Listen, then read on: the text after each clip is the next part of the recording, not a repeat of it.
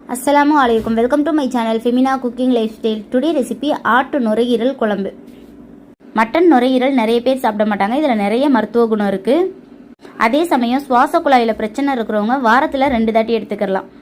சூப்பரான இந்த ரெசிபியை எப்படி செய்கிறதுன்னு பார்க்கலாமா?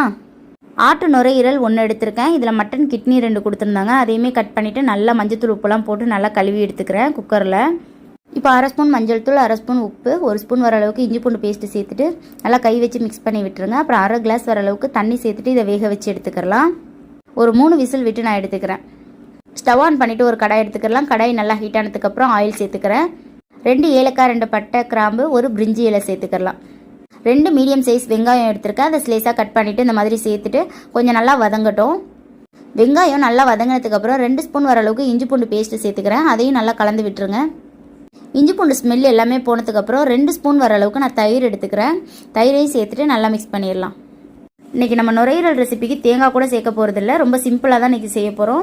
2 ஸ்பூன் தயிர் எடுக்கிறதுனால நம்மளுக்கு கொஞ்சம் திக்காக கிடைக்கும். 2 பச்சை மிளகாய், 2 கொத்து கருவேப்பிலை, அப்புறம் 2 தக்காளி சேர்த்துக்கலாம். சேர்த்துட்டு அதையும் நல்லா மிக்ஸ் பண்ணி விட்டுருங்க.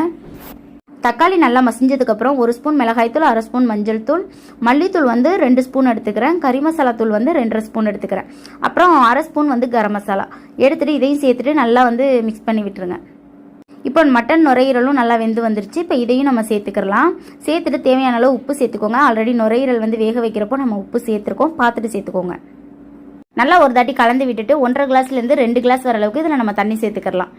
நம்ம தேங்காய் பால் சேர்க்காததுனால ரொம்ப தண்ணி சேர்க்கக்கூடாது. 2 கிளாஸ் அளவுக்கு சேர்த்துக்கோங்க. ரொம்ப சேர்த்தோம் அப்படின்னா குழம்பு ரொம்ப தண்ணியான மாதிரி ஆயிரும். அப்புறம் ஒரு 10 நிமிஷம் நல்லா கொதி வர விட்டுருங்க. 10 நிமிஷம் கழித்து மேலே மல்லியில தூவி விட்டு இறக்கிடலாம். அவ்வளோதான், சூப்பரான ரொம்ப ஹெல்த்தியான மட்டன் நுரையீரல் ரெடி.